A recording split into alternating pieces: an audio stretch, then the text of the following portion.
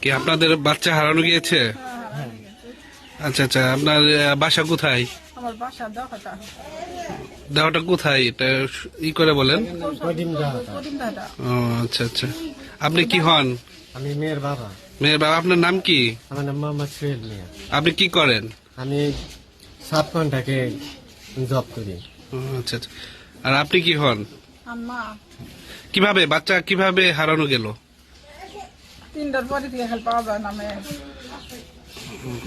বাচ্চার বয়স কত? বাচ্চা কি করে? কোথায় পড়াশোনা করে? কি পড়াশোনা করে স্কুলে গেছি, কোন স্কুলে?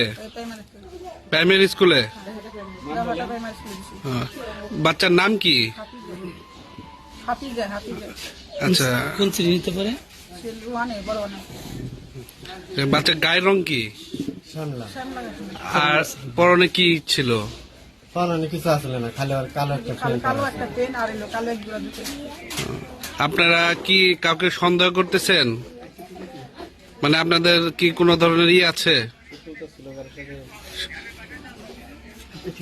এরকম ধরনের সত্যতা আমার কাছে নাই।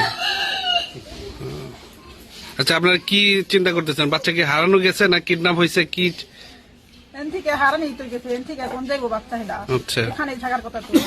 আচ্ছা আচ্ছা বাচ্চা ঘরে যায়। আচ্ছা। আপনারা কি থানায় গেছিলেন? হ্যাঁ, থানায় কালকে আমি গেছিলাম, কিন্তু থানায় কোনো পদক্ষেপ নাই। অভিযোগ দিচ্ছেন? হ্যাঁ, অভিযোগ জানাইছি। আবার ওইখান থেকে আমার এক ফটোকপি দিছে যে তুমি ভাইতে জায়গায় জমা দিবে। হ্যাঁ, ফটোকপি করে আমি দিছি। দেওয়ার পরে ওই পুলিশে কয় দিয়েছে এরা হলো ফালতু লোক। আমার এই কথা বলে গালি দিছে। ফাঁড়ির কোন পুলিশ, নাম কি? নুন নবী। নুরনবী। হ্যাঁ। আপনার গালি দিছে? হ্যাঁ, গালি দিছে। আমি বলে ফালতু লোক। আমি আরেও গাল দিছে, আমার ভাইয়েরও গাল দিছে। গতকালকে বিকালে আমার মেয়ে হারাইছে। এই তো যার হারাইছে এই বুঝে, বুঝেন নাই? তাহলে আমার হারাইছে, আমার ভিতরে কি হইতেছে এটা আমি জানি।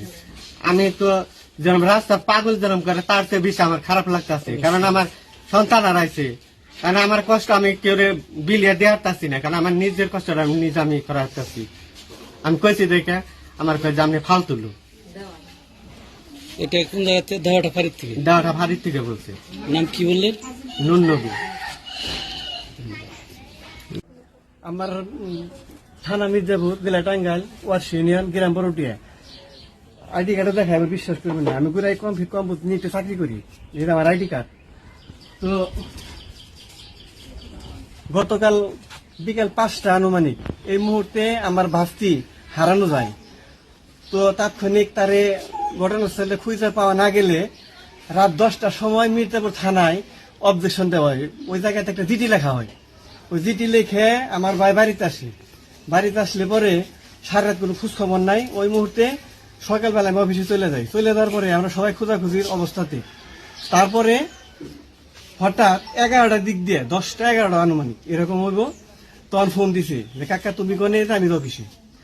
ওই তাড়াতাড়ি বাইরেও কি হয়েছে, একটা নাম্বার থেকে ফোন আসলো যে এই 10,000 টাকা চাই। হ্যাঁ, 10,000 টাকা দিলে বাচ্চা ফেরত দিব। গুড়াই ফলপট্টির ওই জায়গাতে আসতে বলছে। তখন ওই জায়গাতে আমরা মোটামুটি 1 ঘন্টা সময় দিছি। আমি 12টার সময় গেটে অপেক্ষা করার পরে কোনো সুরাহা হয় নাই।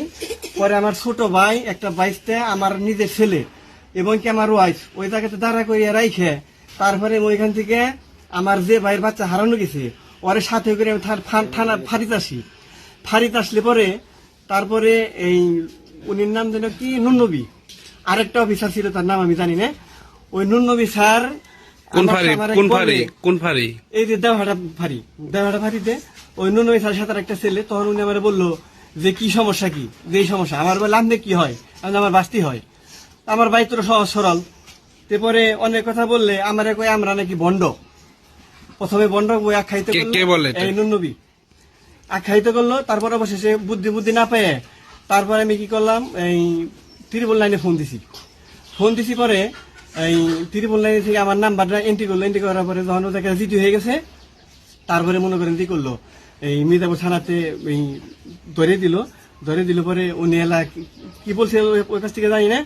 তখন ওই ত্রিপল লাইনে থেকে বললো যে টেনশন করেন না, আস্তে আস্তে কথা বলেন, আমি সমস্যা। আর বললো যে আপনার আশেপাশে কোনো গায়েবান্ধার লোক থাকে কিনা এটা খোঁজ করেন, এটা এই হারানো গেছে, এটা হয় নাই, কিডন্যাপ হয় নাই, আশেপাশে আছে, পাইবেন। তো পা মুজে আপনি ডিসিশনটা আপনি ভালো মতো দিবেন। এই বাসা পর্যন্ত পুলিশ এখন পর্যন্ত আহেনি, মামলা দিয়েছে এই ঘটনাস্থলে পুলিশ এখন পর্যন্ত আহেনি।